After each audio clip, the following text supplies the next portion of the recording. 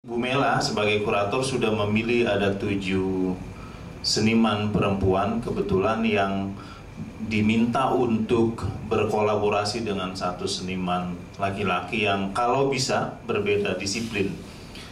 Tetapi ada beberapa yang memilih sesama perupa, Ibu ya. Kecuali Melati yang memilih Afrizal Malna, kemudian ya selebihnya adalah perupa-perupa. Mereka kemudian membuat semacam surat menyurat atau percakapan pasangan-pasangan ini untuk membongkar atau membicarakan tema yang diminta oleh Ibu Mela. Nah, hasilnya kalau Anda baca di katalog ini akan tampak pada bagian-bagian awal bagaimana Melati dan Afrizal berdialog tentang setrikaan misalnya, atau misalnya Mufti Ameng dan Putri bicara soal sejarah pribadi dan sejarah sosial lingkungan mereka, atau Mikornoidus dan siapa Setulegi bicara bagaimana kehidupan mereka sebagai perupa yang berkeluarga, keluarga baru, dan bagaimana misalnya hambatan-hambatan menjadi ayah itu tampak sekali, dan bagaimana mereka kekurangan waktu untuk bersosialisasi dan lain-lain. Di samping saya sudah ada Bu Mela dan juga ada Wicaksono Adi. Mungkin perlu saya sedikit jelaskan, Adi ini adalah seorang kritikus seni yang saya kira bisa membicarakan apa saja dalam dunia kesenian di Indonesia, terutama seni rupa dan tari. Dia juga penulis sastra sebetulnya di awal-awal. Sementara Bu Mela adalah kurator dan perupa yang biodatanya bisa Anda baca di halaman terakhir katalog ini. Untuk kesempatan pertama saya akan persilakan Bu Mela mungkin sekitar 20 menit Bu ya. Setelah itu Adi akan menanggapi atau bicara tentang pameran ini bagaimana dari sudut pandang yang bukan kurator dan penelaah seni rupa. Saya kira begitu saja pengantar saya. Terima kasih. Selamat datang ke sore ini di mana kita punya dialog mengenai pameran yang kita bisa lihat di atas. Saya didekati oleh Nirwan Dewanto dengan diminta menjadi kurator untuk salah satu pameran yang berhubungan dengan kegiatan bulan ini, di mana ada fokus pada pencipta atau seniman perempuan dari teater, seni rupa dan segala. Ya, saya sering sebagai seniman juga sering ikut pameran di mana hanya ada perempuan yang memamerkan karyanya, dan itu menurutku itu sering dilematis gitu, karena ya dari satu sudut perlu diangkat seniman perempuan karena kadang-kadang kurang diekspos, tetapi kalau kita selalu dikelompokkan atau di marginalize sendiri, itu juga karya kita tidak dinilai dari kualitas karya, tapi sering karena kita sebagai perempuan yang ikut pameran gitu, dan selalu merasa kita tidak puas dengan itu sebenarnya. Karena itu juga khusus untuk kurasi pameran ini, saya merasa kalau hanya mengangkat seniman perempuan itu tidak menarik. Justru dialog antara dua gender lebih menarik, dan ya dari situ kita berangkat bahwa 7 seniman perempuan yang saya pilih itu, saya mengajak mereka untuk cari partner untuk berdialog. Itu tidak harus laki-laki, tetapi saya punya harapan mereka pilih laki-laki. Dan saya juga bilang tidak harus dari seni rupa, tapi juga boleh dari disiplin yang lain juga. Dan justru dari dialog ada tema yang muncul atau pembicaraan ke salah satu arah tertentu, di mana bisa itu menjadi semacam tema dalam karya mereka berdua. Ada beberapa kelompok yang betul-betul bikin karya bersama, betul-betul kolaborasi. Ada juga seniman-seniman yang meskipun temanya bersama atau bergabung, tapi tetap bikin karya masing-masing. Saya pilih domestic atau domestic stuff itu karena itu memang sering itu karya-karya dari seniman perempuan dilihat bahwa itu berangkat dari sesuatu yang pribadi gitu, dan itu saya mau mempertanyakan gitu, apakah laki-laki tidak seperti itu, dan itu juga pasti lewat dialog dan lewat karya yang ada di atas bisa keluar juga pertanyaan itu, apakah betul atau tidak gitu. Saya pikir kalau kita membicarakan hal domestik itu, menurutku ada beberapa hal yang bisa dilihat di situ. Salah satu itu ruang yang terdekat, aku menerjemahkan dengan itu, atau pribadi, atau intimacy. Jadi sebetulnya diskusi-diskusi yang kita bisa membaca dalam katalog dibicarakan antara seniman itu semua berhubungan dengan itu, sesuatu yang personal atau berhubungan dengan ruang atau berhubungan dengan sejauh mana ada masalah gitu. Sebenarnya kalau aku menerjemahkan domestik dalam pameran ini ada dua hal itu. Jadi satu bagian itu mendiskusikan persoalan itu, seperti karyanya Mi dan Hestu itu mengenai persoalan hidup dalam kelompok kecil atau keluarga. Ada lagi yang mengangkat persoalan itu mengenai teror dari TV atau teror dari TV yang masuk dalam keluarga. Itu didiskusikan oleh Maria dan Samuel. Dan menarik juga bahwa si Maria memilih Samuel, mereka semua dari generasi yang sama dan mereka punya anak-anak yang kurang lebih seumur SD, dan masalahnya muncul itu di rumah mereka karena bagaimana bisa memberi batas pada nonton TV kepada anak-anak dan apa yang dinonton oleh anak-anak, dan bagaimana orang tua punya peran di situ untuk memberhentikan sesuatu atau memberi sesuatu yang lebih menarik kepada anak-anak. Persoalan yang lain juga sebagai domestik itu mengenai kematian. Jadi Restu dan aku diskusinya akhirnya kepada kepribadiannya. Jadi dua-duanya kehilangan ibu, sosok ibu. Agung barusan satu bulan yang lalu, dan Restu sudah berapa tahun yang lalu, dan mereka mendiskusikan bagaimana mereka selalu melihat ibu, khusus kalau mereka kembali kepada rumah orang tua, tapi juga muncul dalam mimpi-mimpi, dan apa yang mereka melihat itu selalu ibu bergabung dengan dapur. Mereka menemukan dalam mimpinya ibu lagi ada di dapur dan mereka berkomunikasi dengan ibu di dapur. Jadi karyanya mereka dengan itu.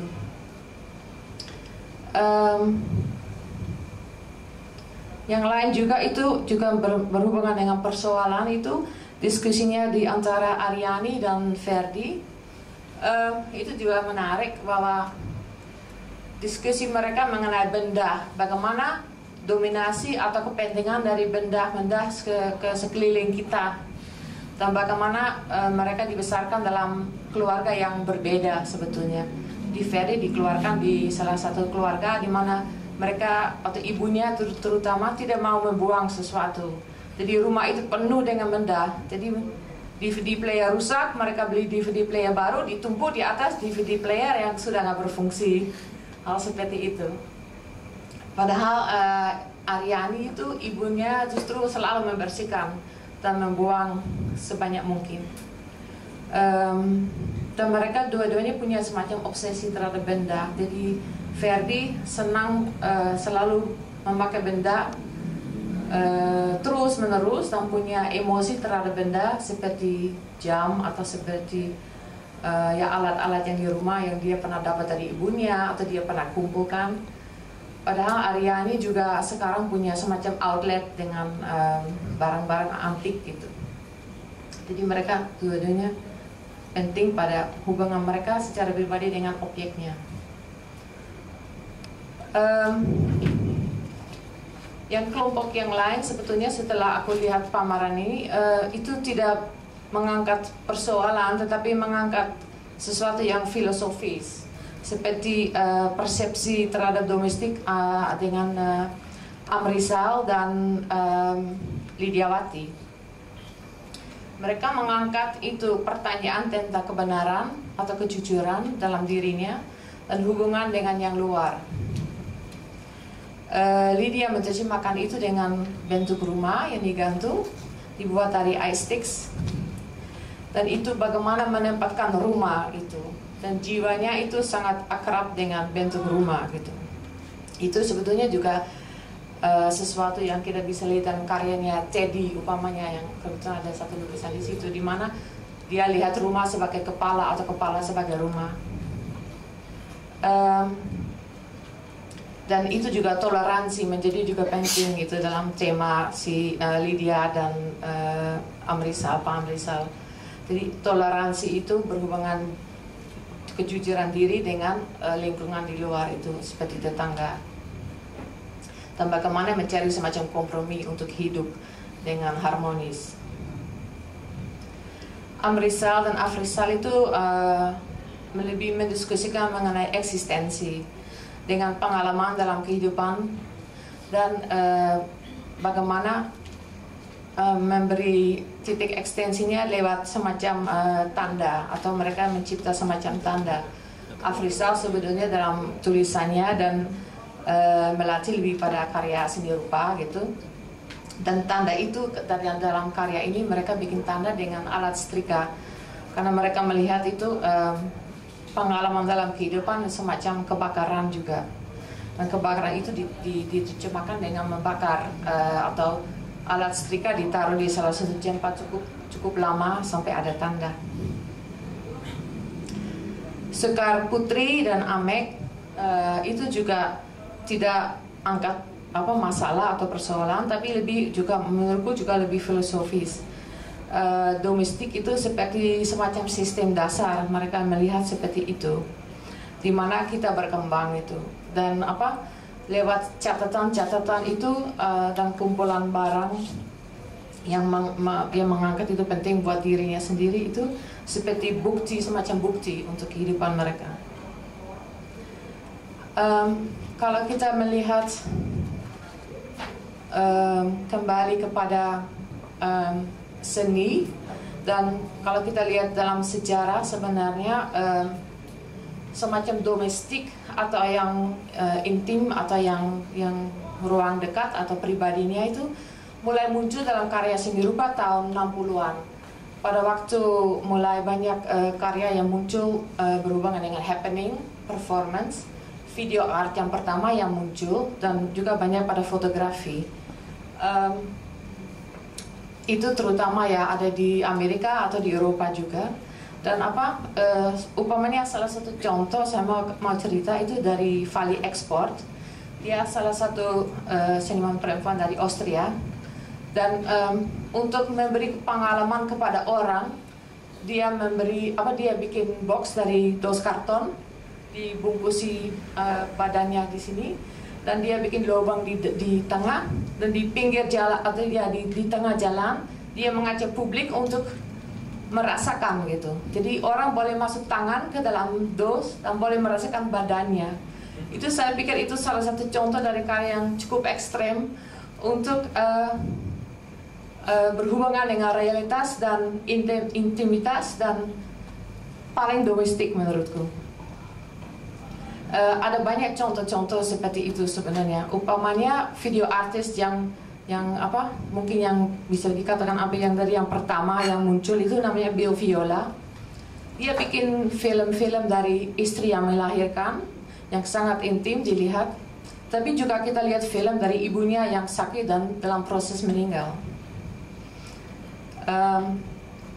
Ya, itu happening dan feminisme itu bermuncul bersamaan gitu. Dan tentu badan itu sebagai bentuk untuk ekspresi itu juga menjadi sangat penting, berhubungan dengan pribadinya, intimitas dan ruang terdekat. Tahun 90-an ada contoh lagi yang seperti seniman namanya Nan Goldin. Dia dari latar belakang keluarga di Amerika yang ibunya pelacur dan di lingkungan dia lihat banyak orang yang addicted ke heroin atau ke apa, dan dia mulai memotret realitas sekeliling. Dan fotonya tentu itu sangat intim, sangat ekstrem dalam merefleksikan kehidupan sehari-hari yang sangat sangat intim dan sangat terdekat. Dan itu memang semua mewakili bagian dari hidup nyata itu. Jadi domestik itu menurutku kalau kita lihat dari sejarah, tetapi juga mungkin dalam karya-karya yang ada di atas ini, itu semacam percobaan atau mencari bagaimana sejauh mana kita bisa memberi kepada masyarakat yang sangat intim atau yang sangat pribadi, dan batasnya ada di mana sampai menjadi ngeri gitu loh, atau sampai terlalu intim itu. Dan aku tertarik dengan batas-batas ini. Karya-karya yang di atas sebetulnya belum begitu ekstrem dalam hal seperti ini, karena lebih membicarakan juga mengenai persoalan-persoalan yang aku tadi katakan itu. Jadi mereka tidak cari batas-batas ke sejauh mana atau di mana ada batasnya, tapi lebih kepada domestik buat mereka itu seperti apa. Dalam sebentar lagi. Dalam tulisan di dalam katalog, aku mempertanyakan juga sejauh mana dalam seni rupa sebetulnya bisa mungkin untuk mengungkap yang kepribadian atau yang sangat domestik. Karena saya merasa kadang-kadang lewat sastra atau film dan video bisa menjembatani kepribadiannya jauh lebih detail atau lebih nyata daripada lewat seni rupa. Umpamanya kita lihat lukisan ini, kita nggak tahu persis cerita yang pribadinya seperti apa, kita hanya bisa membayangkan gitu. Tapi umpamanya kita membaca sastra, kita bisa membaca sesuatu dengan perasaan orang sampai di detailnya umpamanya gitu. Jadi sebetulnya ya itu saya mempertanyakan juga, seni rupa bisa memberi apa kalau gitu berhubungan dengan yang pribadi atau mengenai yang domestik. Ya, makasih. Mela sudah membuka satu pertanyaan yang sangat menarik. Sampai di mana kira-kira seni rupa itu bisa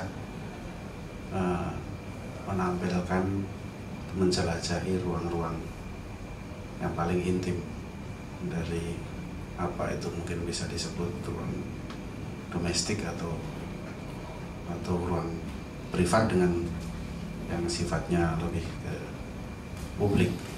Di katalog ini ada pengantar yang sangat menarik dari saudara Nelwan Dewanto mengenai bagaimana hubungan antara yang privat dengan yang publik itu saling tembus. Bagaimana kalibut atau mungkin bisa kita sebut semacam chaos itu masuk juga ke dalam ruang-ruang yang paling intim, dan itu sekarang batas itu menjadi sedemikian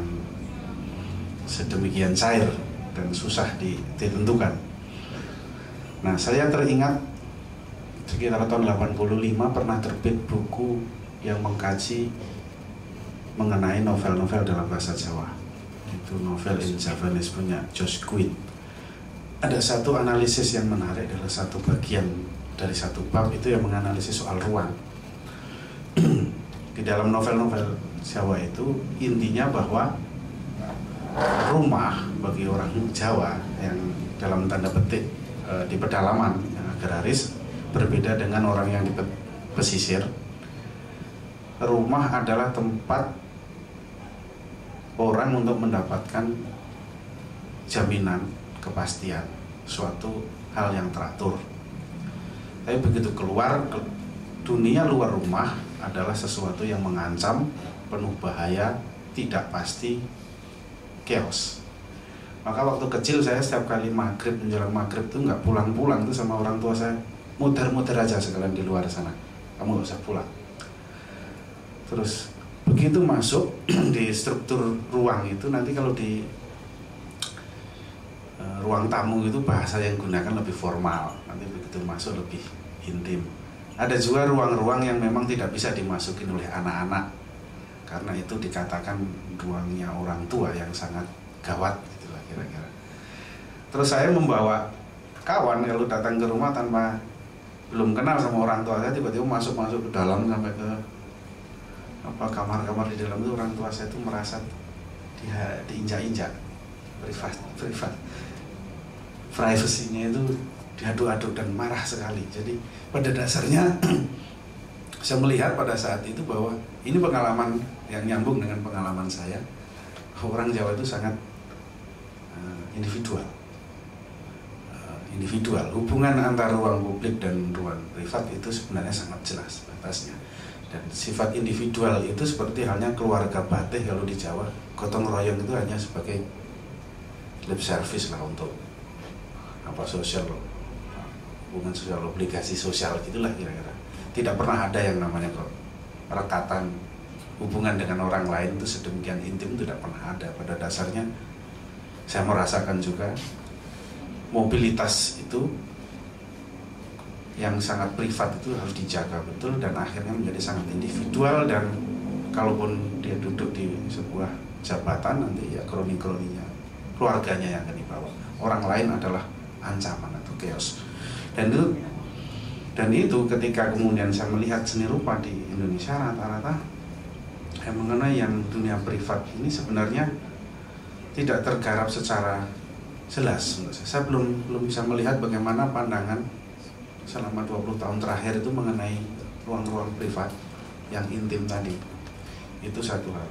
Kemudian ada film juga yang menggarap itu, namanya kayak hubungan antara ruang dengan bagaimana orang melihat realitas itu pada filmnya Garin Nugroho, yaitu Bulan Tertusuk Ilalang, di mana frame-frame-nya itu selalu ada jendela, pintu, sehingga pertumbuhan anak melihat realitas itu seperti orang mengintip. Dunia luar itu hanya sesuatu yang bisa didengar dari fragmen-fragmen cerita orang dan dia hanya bisa mengintip. Nah, apakah kemudian ini kemudian membentuk cara pandang tertentu berkaitan dengan seni rupa? Itu satu hal yang perlu saya sampaikan. Beberapa karya yang saya kenal di Jogja yang saya lihat itu tidak atau jarang membicarakan soal ini. Itu hal pertama. Terus hal kedua,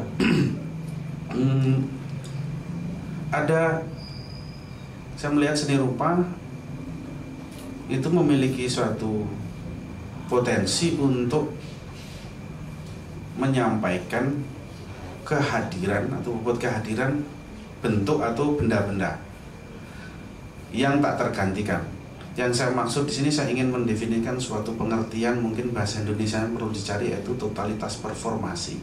Jadi ketika kita berada di suatu ruang, kemudian ada benda-benda, kita tidak bisa melalui pencerapan secara visual, tetapi kita harus merasakan itu, dan situasi atau suasana, atmosfer itu yang kita dapat. Dan itu tidak saya dapatkan kalau itu ada di film atau di sastra. Saya berada di tengah-tengah karyanya Dadang Kristanto, Hujan Merah, itu seluruh persepsi yang hidup dalam diri saya itu diaktifkan di situ. Itu tidak bisa digantikan oleh gambar atau apapun atau video. Nah, totalitas semacam inilah yang mula-mula saya bayangkan ketika menghadapi benda-benda yang di dalam domestik. Karena benda domestik tiap hari bertemu dan berada dalam satu tatanan ruang, dan itu berhubungan dengan kita, dan hubungan itu tidak bisa digambarkan secara visual. Menurut saya akan lebih kuat apabila dia ditampilkan dalam bentuk seperti ini, dalam konteks instalasi. Instalasi adalah bagaimana tubuh berada di situ, seperti kita berada dalam satu rumah yang berada di situ. Nah, berbeda dengan bentuk-bentuk yang sifatnya visual. Bentuk visual, visual adalah persepsi visual. Sana ada objek, saya yang memandangnya. Nah, ini muncul di beberapa karya ini, tapi rupanya para seniman memilih untuk melihat, menggunakan benda-benda itu sebagai tontonan, sesuatu yang diatur sebagai suatu kosmos. Suatu kosmos. Dia bisa berupa memorabilia, seperti contohnya pada karyanya yang ditempel di tembok itu, yang ada kaset, ada itu punya siapa itu ya? Ameng. Itu ada foto-foto lama, kemudian ada poster Mawaddah Warohmah, kemudian ada kaset Selimar Selina itu CD, kemudian ada dangdut koplo. Dangdut koplo itu dangdut pantura yang ini kendangnya berbeda dengan dangdut asli. Jadi koplo itu kira-kira hidup di sekitaran Semarang, Demak sampai Pasuruan sana. Itu dangdut koplo, ada kaset-kasetnya seperti itu. Memorabilia, potongan dari memo, benda-benda sebagai satu bagian dari yang mengawetkan memori, dan itulah yang dia pakai. Hanya sebagai suatu susunan-susunan semacam itu disusun ulang dalam bentuk dinding, struktur dinding yang dua dimensional, sehingga itulah sebagai tontonan. Terus kemudian ada yang melihatnya sebagai suatu medium, jadi seperti karya Agung Lea atau Agung Kurniawan dan siapa? Restu, yang berbicara mengenai bagaimana seseorang kehilangan orang tuanya, kemudian Agung Kurniawan berbicara mulai dari situ, kemudian Restu juga berbicara mengenai hal itu, sehingga bentuk ada gambar orang yang dilukis dan digambar dengan kayak kain kafan, kemudian ada di layar gitu, terus di belakangnya backgroundnya ada dapur, terus kemudian ada di sini. Itu judulnya kalau nggak Nestapa Jelaga Nestapa. Jelaga itu kira-kira ya kalau kita punya lampu semprong itu anunya itu, arang angusnya itu tuh jelaga. Itu persepsi mengenai bentuk atau bentuk mengenai orang yang meninggal, sifatnya persepsi pengalaman individual ya, personal dibentuk di situ. Kemudian benda-benda sekitar rumah itu ya, benda-benda domestik itu dijadikan medium saja di situ. Terus kemudian ada juga yang sifatnya nanti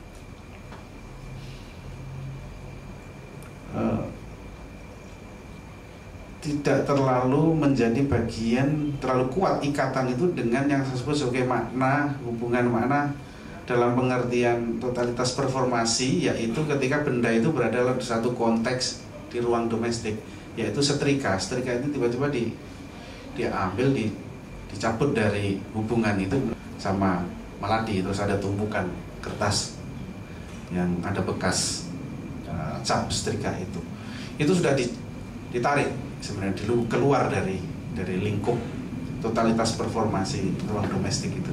Terus kemudian ada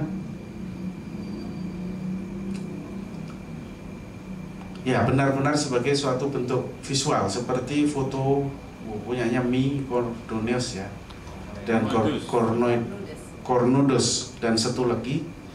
Itu foto-foto, kemudian ada bayi, judulnya itu Mencari Arah, ada serial gitu, terus ada kaki bayi itu di situ ditulis Made in Indonesia, kemudian ada masyarakat menolak FPI gitu-gitu. Itu betul-betul realitas visual, sebagaimana halnya lukisan yang mengalami privatisasi. Dulu kritikus Sanento Yuliman itu salah satu kecenderungan seni rupa Indonesia itu ketika pasar itu boom itu adalah mengalami pemingitan. Jadi karya itu masuk ke ruang-ruang privat, seperti hiasan dinding di ruang-ruang privat, di ruang kolektor.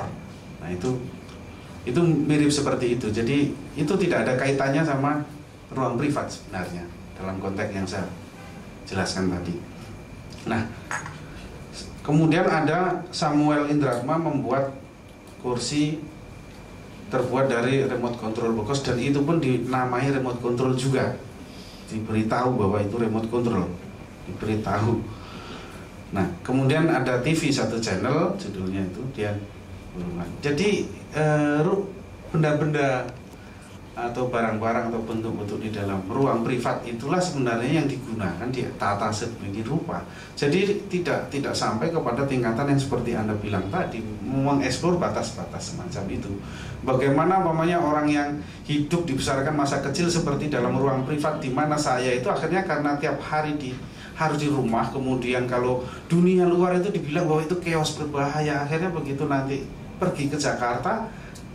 Pertama kali saya ke Jakarta sama Afnan Malai untuk bertanya sama orang aja takut, nggak bisa karena kemana nih? Iya, tanyalah kamu. Kalau mau nemui orang kamu aja duluan, gitu kan. Berbeda dengan orang Padang di mana ruang tamunya itu biasanya tidak ada perabot, jadi ruang privat itu hanya bagian dari ruang publik. Karena cara sosiologis orang Padang punya suatu konsep yaitu merantau, jadi publik dan privat itu tembus sehingga tempat musyawarah Ninik Mama itu, jadi tidak ada yang privat. Kemudian orang-orang yang di pantai utara itu juga kadang-kadang tidak jelas batas antara yang publik dan privat. Nah, itu baru masalah ruang. Jadi saya melihat kecenderungan bahwa di sini benda-benda di ruang privat itu digunakan sebagai suatu bentuk medium yang bisa kemana saja, tetapi tidak mengeksplor batas-batas itu. Nah, inilah yang kemudian saya ingin pertanyakan, kalau demikian adanya dan kemudian ruang yang dipakai di dalam pameran ini adalah tidak menampilkan totalitas performasi yang sulit saya jelaskan. Saya beberapa kali ada pameran, namanya dulu si siapa itu Lestari bikin pameran di rumahnya Ucok. Kamu sendiri pernah loh Mela bikin pameran di rumahnya Aminuddin Siregar. Jadi pameran di rumah. Jadi rumah si Aminuddin itu punya istri namanya Hera Pahlasari. Dia sering tempat kumpul orang. Kemudian di situ ada ruangan kosong. Mela bikin bagian dari ruang privat itu. Sebenarnya itu yang satu totalitas performasi yang berbeda dengan sebuah presentasi di sini. Itu sebuah tontonan. Nah, karena tontonan maka harus ditata berdasarkan logika display tontonan. Jadi ini hanya sebagai suatu bentuk lain dari seni rupa kita yang menggunakan benda-benda sejak dimulai seni rupa baru GSRB dulu dalam konteks mungkin temanya ada yang personal, hanya dari situ saya kira terima kasih. Oke, Boleh saya?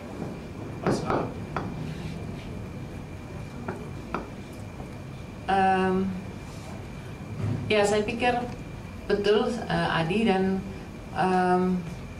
aku mau kembali lagi kepada pertanyaan apakah seperti kalau kita menghadapi karya-karya seperti di atas itu, sejauh mana kita bisa menangkap cerita domestik dari seniman masing-masing gitu.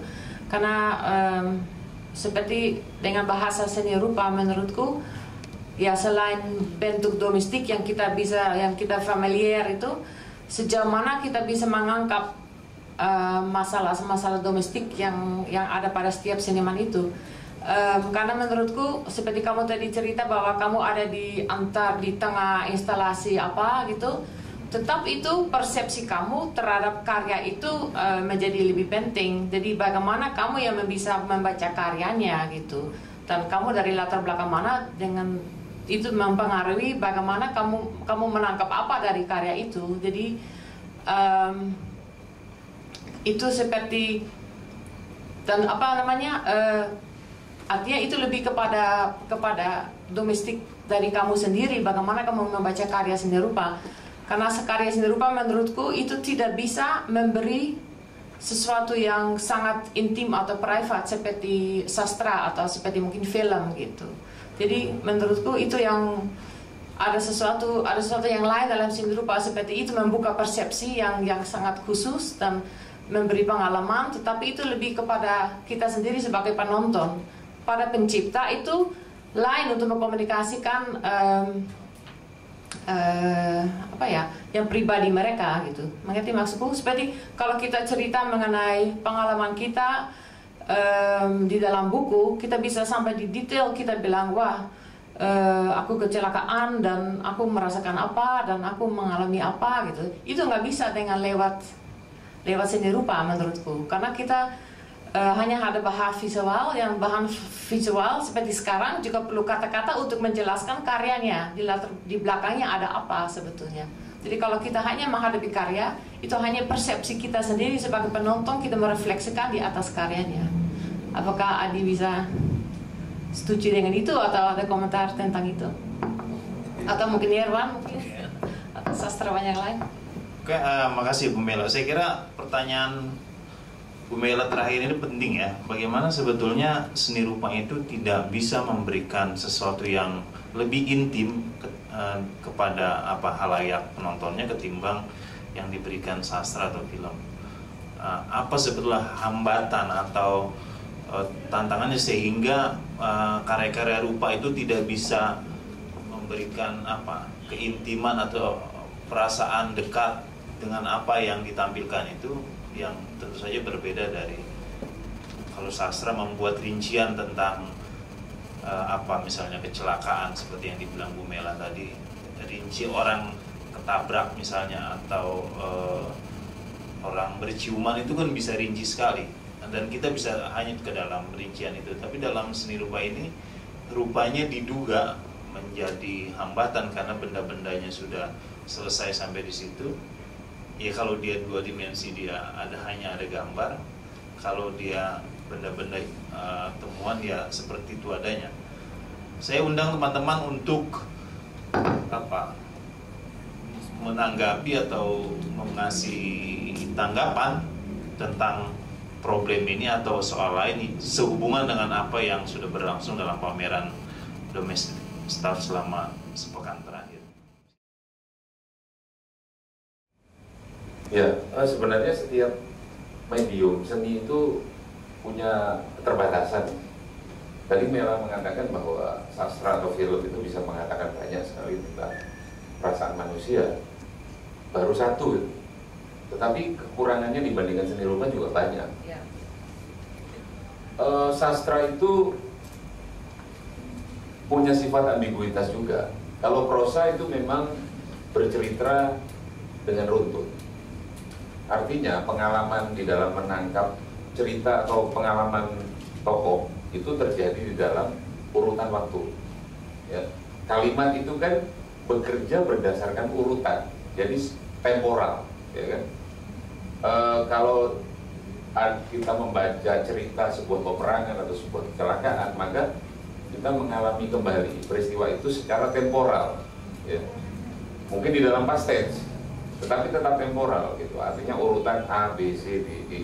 Ada flashback, tapi flashback itu kan kita tahu itu juga dalam kerangka waktu. Begitu juga film. Tapi puisi itu mirip lukisan. Puisi itu mirip lukisan dalam arti bahwa kita menerima atau mempersepsikan pengalaman itu secara spasial, gitu.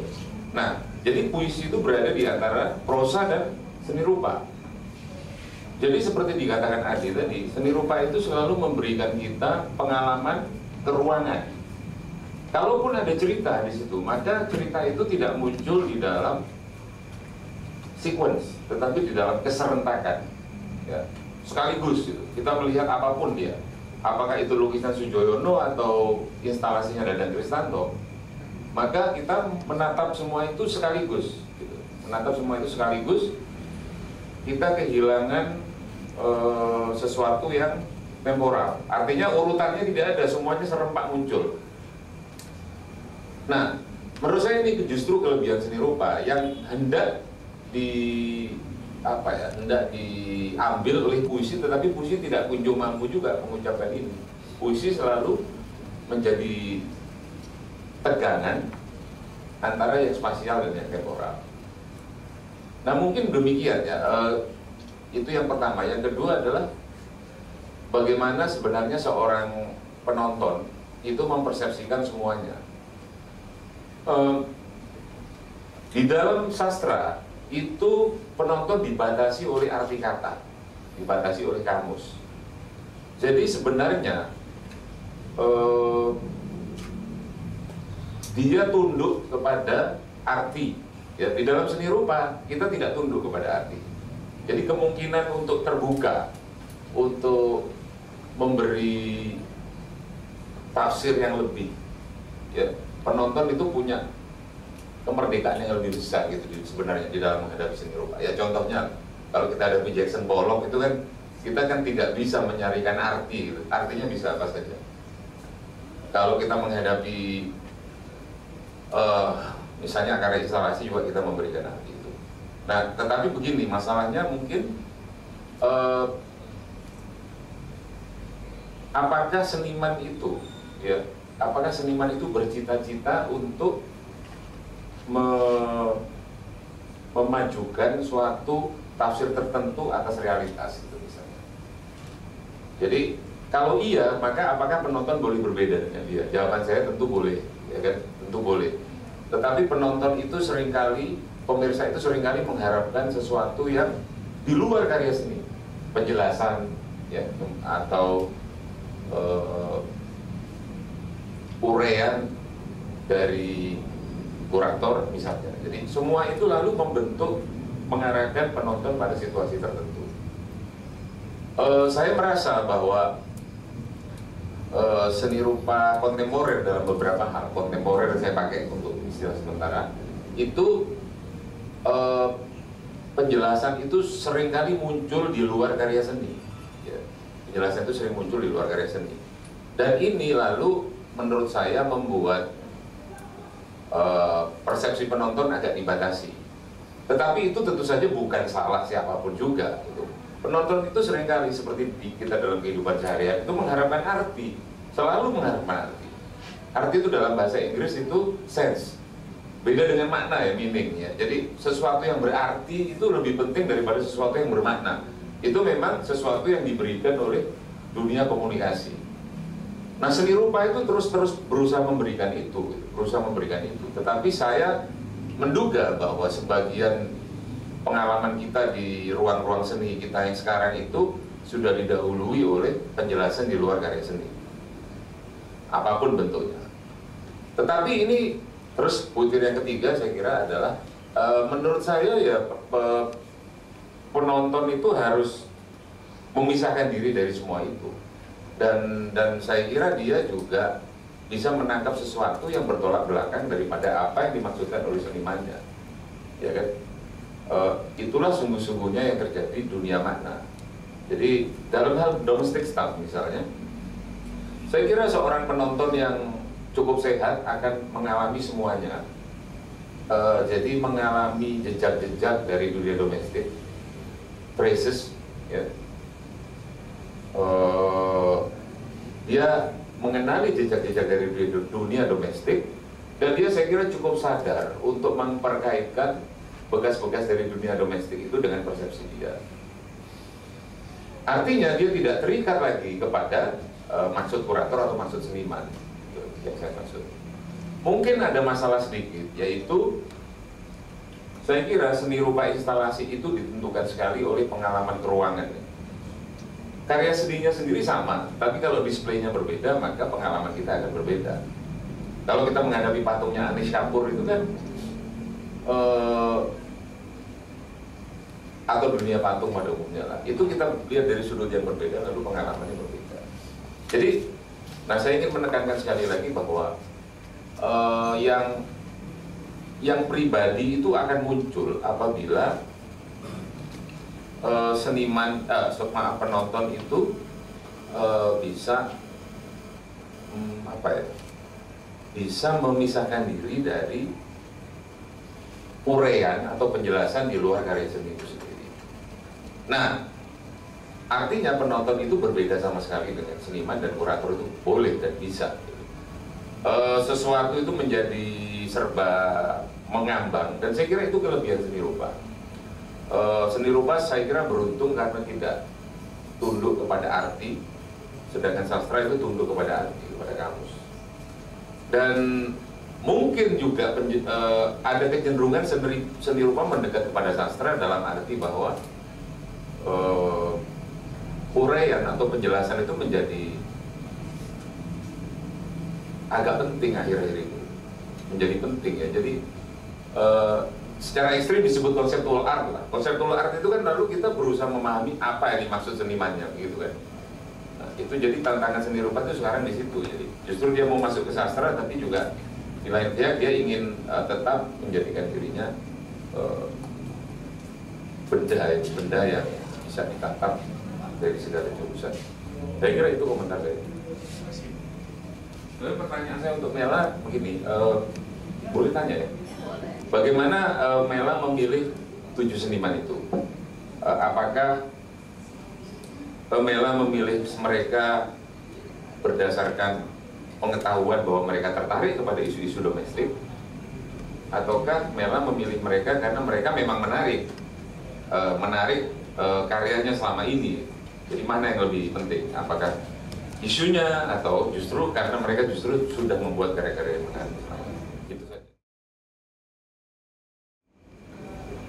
Untuk menjawab pertanyaan Nirwan, ada seniman yang saya pilih karena saya suka karyanya, tetapi mereka karyanya tidak jelas mengenai masalah domestik. Tapi saya cuma mau memberi challenge kepada mereka untuk kerja dengan tema itu, seperti Mi, karena dia biasanya fotografer lebih outdoor, lebih memikirkan memotret di luar wilayah domestik. Ada juga seniman seperti Putih yang justru aku kenal karyanya dia sangat domestik sebagai tema. Biasa dia sudah punya tema itu sebetulnya, kan itu saya mengundang juga Putih untuk ikut dalam pameran ini. Jadi ya saya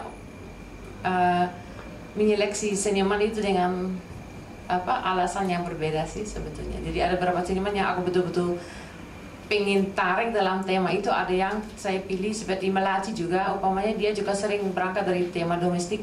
Sengaja saya juga mengundang dia untuk ikut partisipasi dalam pameran ini. Jadi ada dua alasan memang seperti ini.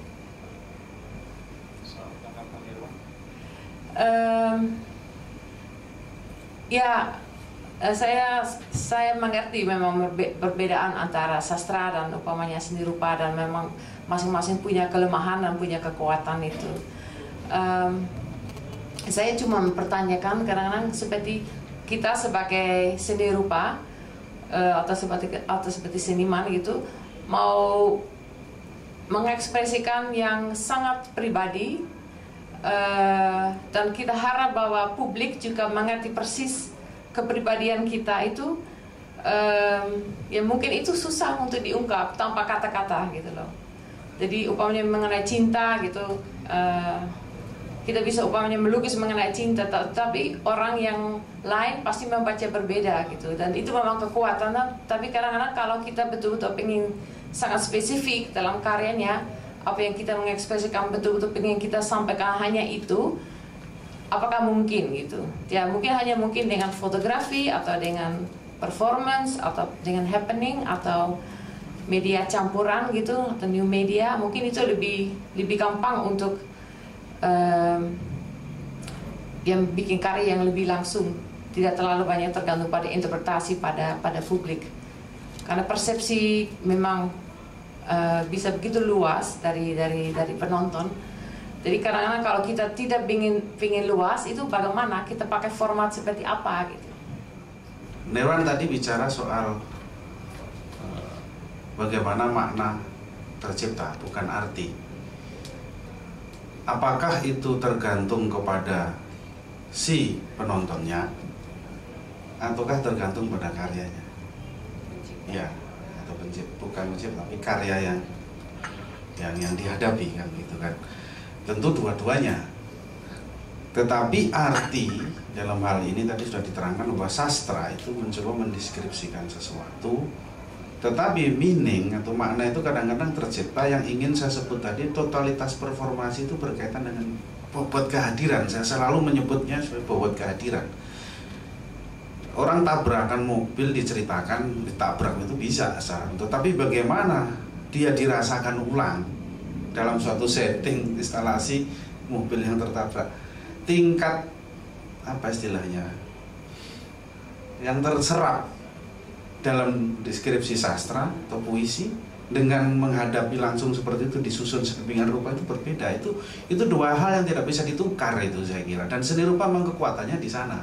tapi kalau dia memiliki bobot kehadiran ruang yang kuat. Nah, ketika kemudian ditata berdasarkan logika cerita, kemudian menjadi tontonan visual, nah itu soal lain. Saya merasakan yang tadi itu hilang ketika itu di sana ditata itu. Nah, benda-benda atau karya yang saya hadapi saat ini adalah yang ditata berdasarkan itu tontonan visual. Nah, inilah yang menjadikan bahwa bagaimana batas tadi bisa dieksplor yang kaitannya dengan yang privat, dengan yang apapun yang intim, itu di mana? Itu sebenarnya sama saja dengan seseorang menggunakan medium apa saja. Tidak harus dari domestik, karena logikanya itu ditata sedemikian rupa. Itu pilihannya. Nah, kalau pilihannya di sana, maka orang akan menuju apa artinya. Karena itu ada pilihan begitu. Kita dibawa ke sana bukan berarti enggak begitu, kamu jangan begitu dong. Loh, enggak, saya diajak ke sana gitu loh. Kalau diajak ke sana ya saya mencari berdasarkan ajakan itu gitu loh. Nah, medium yang digunakan umpamanya orang diajak membuat makna mengenai kursi remote control. Apa remote control kursi? Ya sudah jelas di situ ada remote control. Ya seperti itu ya, benda itu yang mengajak, itulah kami. Nah, itulah yang saya sebut sebagai suatu wilayah perupaan yang sebenarnya medium itu ditata dalam suatu logika yang sebenarnya bukan pada wilayah domestik tadi yang saya sebut. Nah, sekarang menjadi tontonan baru. Nah, ini itu yang ingin saya katakan. Terus kemudian kalau disebut intim domestik, maunya ada orang yang menyimpan foto untuk dirinya sendiri, 2 orang pacaran, itu sangat intim. Itu kekurangan. Apakah wilayah itu bisa kemudian untuk publik? Ada kasus namanya Ariel. Namanya Ariel. Nah, itu gimana? Nah, ini batas-batas yang sebenarnya sangat menarik gitu loh.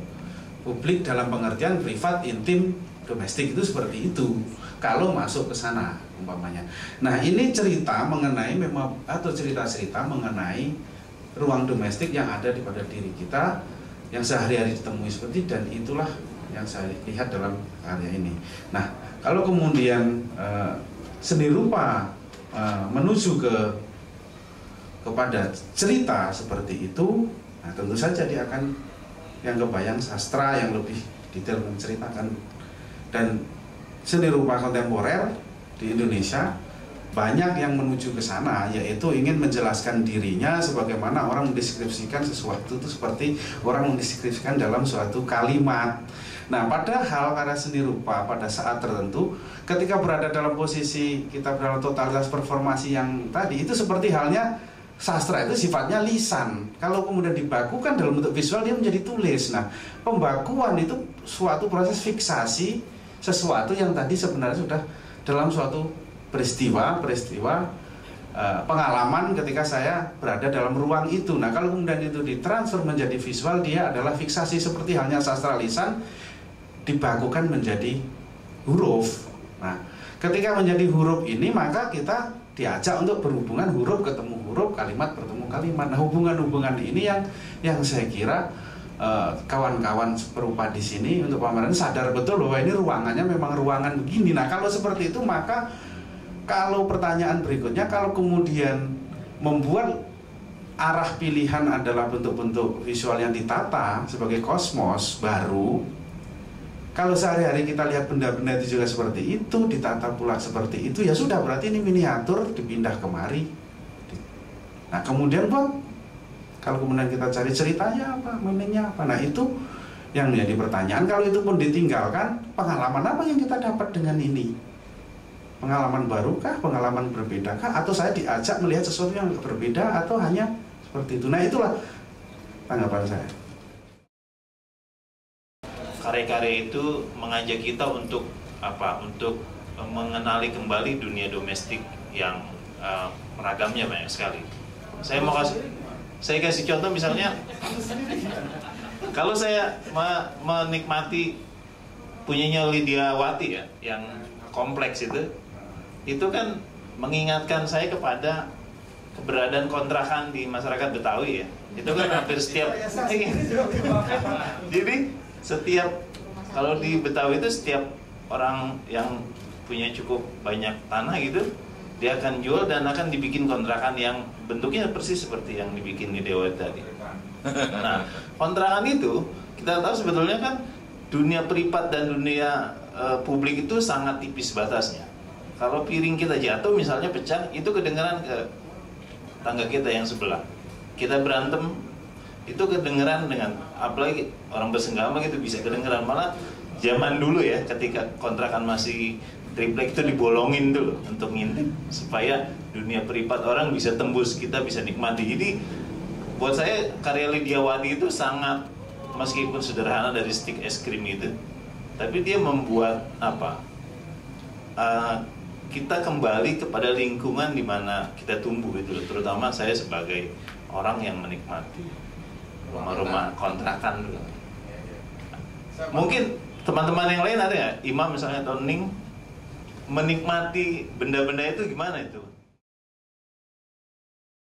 Ketika ingin diidentifikasi untuk menceritakan bahwa inilah satu bentuk-bentuk domestik yang kemudian ditawarkan ke pihak penonton. Tetapi di situ saya kira apakah objek-objek yang biasanya terselip di kamar, yang biasanya terselip hubungan 1-2 orang, kemudian dilemparkan ke publik, itu menjadi satu bentuk domestik ya. Artinya bagaimana mendefinisikan apakah domestik dan antara yang privat dan yang publik itu hanya urusan jumlah audien atau seperti apa? Gitu. Dalam paparan sih saya tidak merasakan satu perasaan-perasaan untuk mempersoalkan hari itu. Saya nggak tahu apakah ini saya sebagai perseptor terlalu sederhana itu atau ada masalah lain gitu. Apa masalahnya? Masalahnya apa? Nah, Kira-kira apa? Saya nggak begitu tahu. Saya cuma ingin menawarkan apa yang saya rasakan. Silakan. Oke, mungkin saya sedikit lagi. Apakah yang disebut publik itu menjadi ruang publik, menjadi urusan orang banyak gitu. Dan item-item dalam urusan orang banyak itu apakah seperti agama, sesuatu yang besar-besar, sementara yang domestik itu sesuatu yang kecil, yang remeh-temeh gitu. Nah, mungkin itu aja.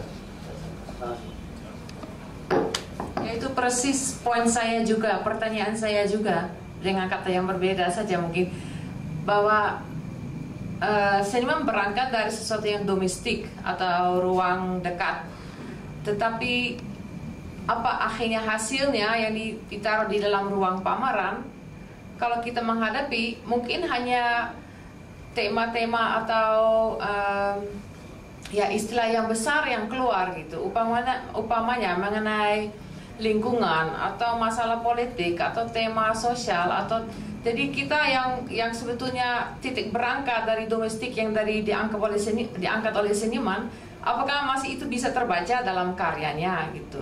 Dan itu memang saya merasa dengan seni rupa itu sangat susah untuk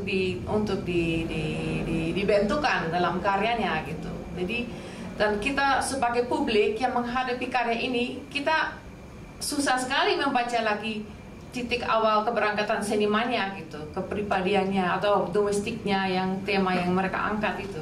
Ya itu memang sejauh mana publik menganggap apa dan apa yang sebetulnya yang dikerjakan oleh seniman, ya itu memang jadi seni rupa ada di mana kepentingannya. Apakah itu memang sesuatu yang pribadi yang diangkat, itu apakah juga penting untuk publik? Dan upamanya kita membaca hal-hal yang sangat pribadi yang kita bisa menulis dalam sastra, itu juga sesuatu yang penting untuk kita masyarakat semua, atau hanya untuk beberapa orang saja, atau hanya untuk penulis saja. Sama dengan mungkin karya ini juga, mungkin hal-hal yang diangkat oleh senimannya penting buat mereka, tapi juga penting untuk kita sebagai publik. Dan mungkin karena lewat semacam bentuk atau karya seni gitu, akhirnya hal-hal yang lain yang justru muncul dari karyanya.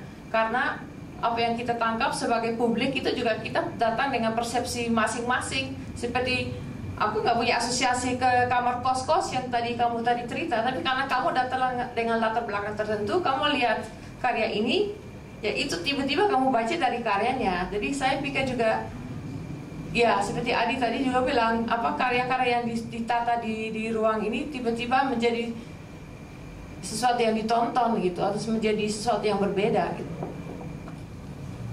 Saya kebetulan ada kontribusinya juga ya di pameran ini untuk menyumbang karya juga, diajak sama Mbak Mela. Dan memang benar kata Mbak Mela, sebelumnya saya pernah membuat, bahkan menjadikan payung domestifikasi dan ruang domestik itu sebagai payung tema gagasan besar untuk karya saya gitu. Dan mungkin saya titik awalnya saya belajar dari seni keramik gitu, dimana diajarkan ada ruang dalam dan ruang luar gitu. Dan saya kemudian memaknai keramik itu ada di ruang yang sangat domestik seperti ubin, genteng, bata, terus toilet, hal-hal yang remeh seperti itu gitu. Dan kemudian saya pada prosesnya saya melihat ada ada kontradiksi antara di lingkungan rumah tuh ada survive, tapi juga ada comfort gitu, atau bisa dibalik gitu, kenyamanan, tapi juga ada bertahan gitu, dimana kita harus mempertahankan mungkin sanity gitu, mentally sehat dengan entahlah atau melakukan hobi gitu, hal-hal yang seperti itu yang bisa kita nggak hanya dilakukan di rumah aja tapi juga di luar. Dan sebenarnya itu sih yang perlu saya jelaskan, bahwa domestik itu mungkin beberapa orang menanggapinya hanya dari ruang luar aja seperti fasad, bangunan dan lain-lain. Cuman menurut saya domestik itu juga bisa dilihat dari pemikiran dan mental yang ada di dalam, itu aja sih. Terima kasih. Nama saya Linda Ibrahim, saya bukan orang seni sama sekali. Saya datang hanya untuk menikmati. Saya tadi cuma ada satu yang saya lihat dengan teman saya tadi barusan keluar. Kita lihat dan kita langsung ketawa karena asosiasi kita sama. Dan again, kami adalah orang-orang yang sangat jauh dari apresiasi seni barangkali dibandingkan dengan Anda di sini. Kita lihat kulkas yang tadi terbuka. Kulkas itu isinya kalau buka yang di atas yang tempat freezer, dari gambar. Dan di situ tuh kan ada Tupperware ya, semua makanan yang kami kebetulan dua perempuan single yang hidup sendiri, dan kita tertawa kan ada sour life gitu. Kalau sekali masak atau sekali beli makanan nggak mungkin habis, kita akan masukin ya untuk kita nanti panasin di microwave.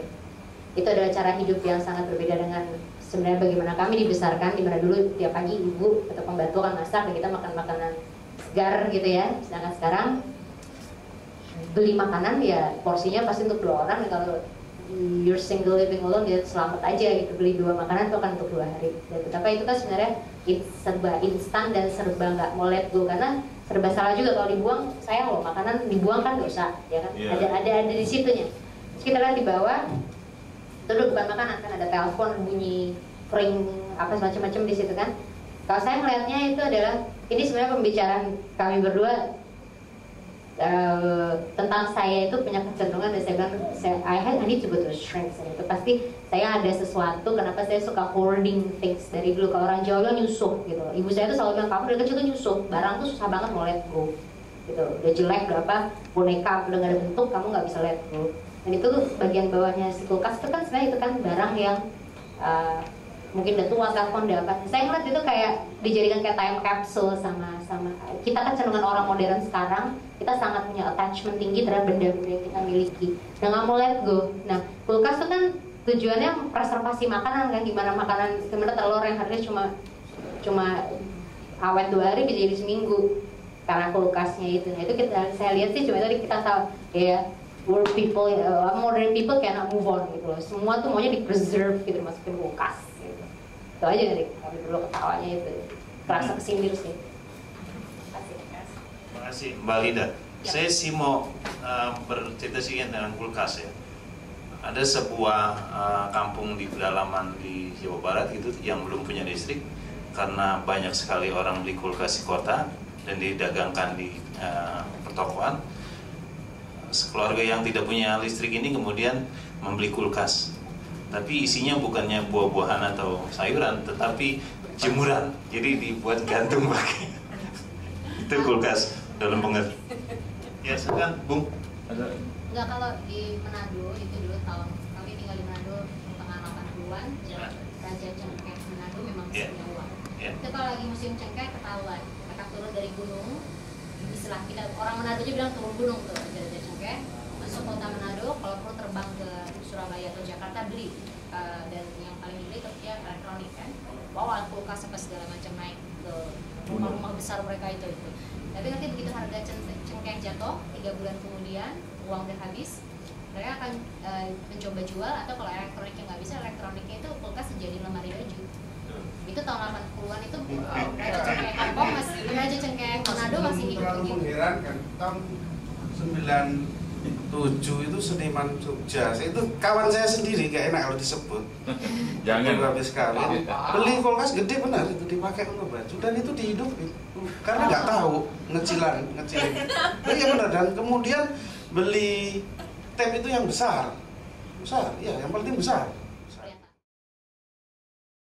Ada 2 cara menikmati pameran ini dan dua-duanya berkomunikasi dengan baik. Yang pertama adalah kalau kita mendekati pameran ini dari sudut apa ya? Kita seperti apa namanya? Seperti membuka diri lah. Dan menurut saya kesan yang paling muncul dari benda-benda itu adalah kelembutan dan kerapuhan sebenarnya, gitu. Kursinya Samuel itu, ya, itu kan itu menggabungkan kesan paradoks sekaligus beberapa hal itu. Dan akhirnya kita sampai pada ujungnya rapuh juga. Ini kursi nggak bisa diduduki, gitu kan? Remote controlnya ini banyak sekali dan kita tahu bahwa itu remote control yang rusak gitu misalnya. Jadi kesan humornya itu cukup kuat sebenarnya. Termasuk setrika yang dibawa oleh Melati ke dalam kotak inkubasi kaca itu, menurut saya itu juga kesannya sama. Cuma lagi-lagi memang humornya tersembunyi ya. Kalau saya menangkap kesan itu, jadi intimacy itu ada, kelembutan, kerapuan dan lain-lain. Masalahnya mungkin sedikit saja. Saya kira ini ruangannya terlalu besar sehingga tatapan kita itu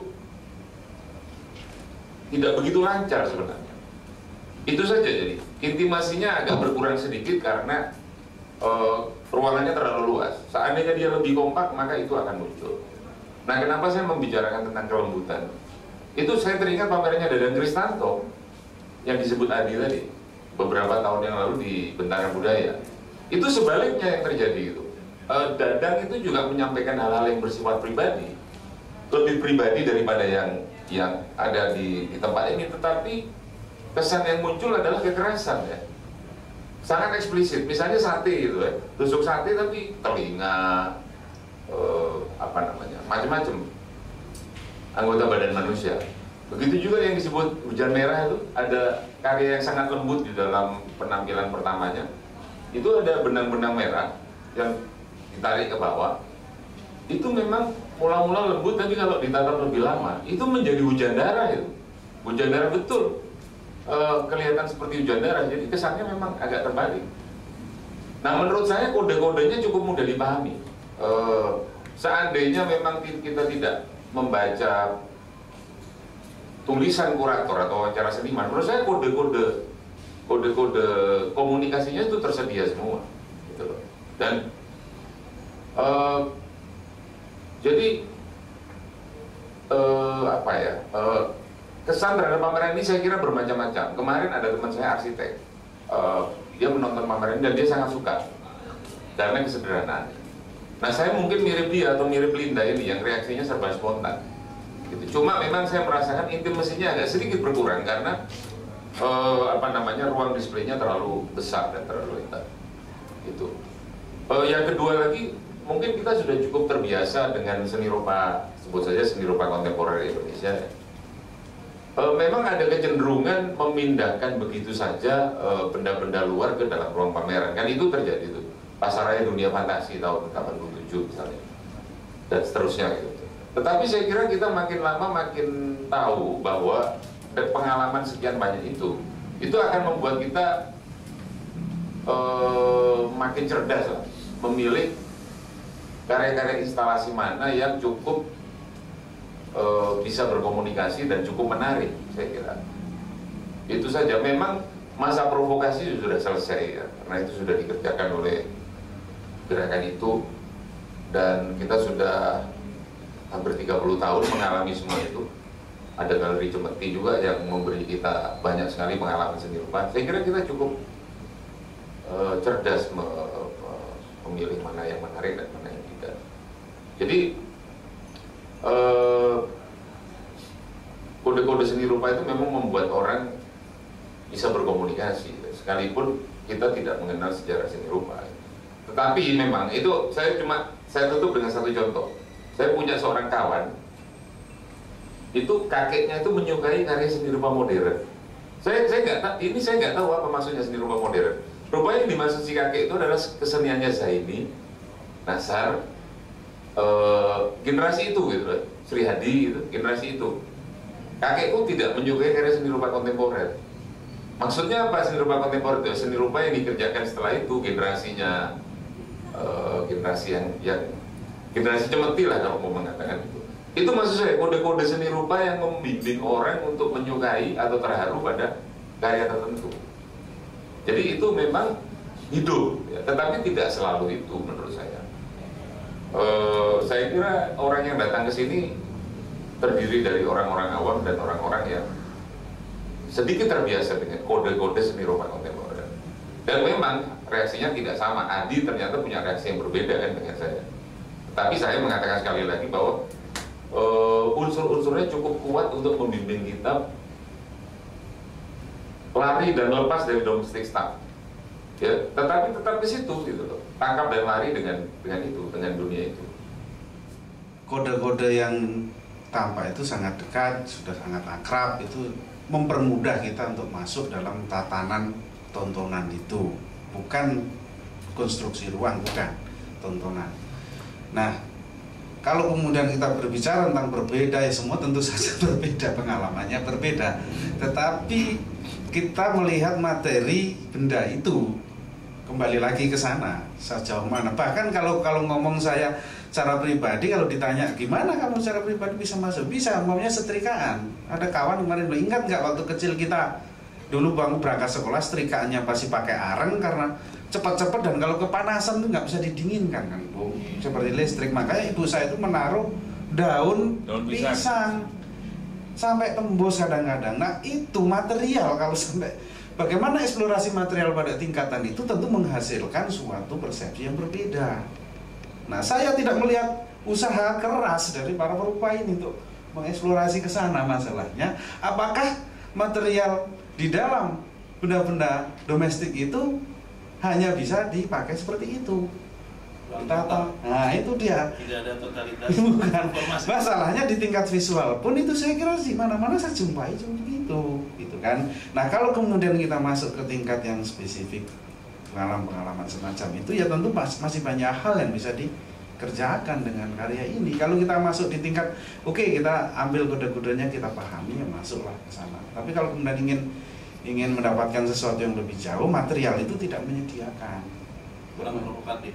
Ya, kalau memang provokasi dibilang kan sudah beda zamannya. Kalau umpamanya tentang ini ya Pak, rumah kontrakan tidak sederhana itu, meskipun bentuknya sederhana. Sampai hari ini kita ngontrak terus itu. Waktu lu di Jakarta itu gimana, lu bagaimana bisingnya seperti itu kita merasakan betul di Jakarta, kemudian di sekitaran Cengkareng Jakarta Barat, rumah kontrakan sedemikian rupa 4 meter untuk 2 kali 2 meter untuk 2,5 kali 2,5 meter untuk 6 orang. Bagaimana orang harus berbagi ruang, ketika dia harus berpacaran harus gantian, kemudian ada jemuran, ada matiin dulu bolamnya itu, terus saya lihat kok ada jemuran, ternyata tiba-tiba di balik kakinya si laki-laki nongol kepala gitu kan, kepala ceweknya, ternyata gerak-gerak itu ditutupin jemuran. Nah bagaimana konstruksi ini domestik gimana? Jadi benda-benda domestik ini sebenarnya bisa berbicara tentang sesuatu yang lebih dari sekadar itu. Itu kesimpulan saya. Untuk saat ini masih perlu usaha lagi. Dengan dengar cerita dari kalian, saya merasa ternyata cukup berhasil pameran ini dan saya cukup puas bahwa ternyata banyak asosiasi yang muncul dari benda-benda yang ada di atas dari karya seni ini. Dan mungkin itu yang pentingnya dari pameran seperti ini. Jadi tiba-tiba mengenai daun pisang, mengenai jemuran, mengenai kamar kos dan microwave, maksudnya hal-hal seperti itu yang menjadi penting menurutku dan ada semua dalam kepala kita. Jadi terima kasih untuk kontribusi dalam ini. Terima kasih Bu Mela. Teman-teman sekalian, saya kira meskipun pengunjungnya sangat terbatas, tetapi kita sudah berdiskusi dengan sangat hangat hal-hal yang penting dan menarik dalam pameran ini. Sekali lagi terima kasih banyak, terima kasih Ibu Mela, terima kasih Adi, selamat sore dan sampai ketemu lagi di diskusi berikutnya.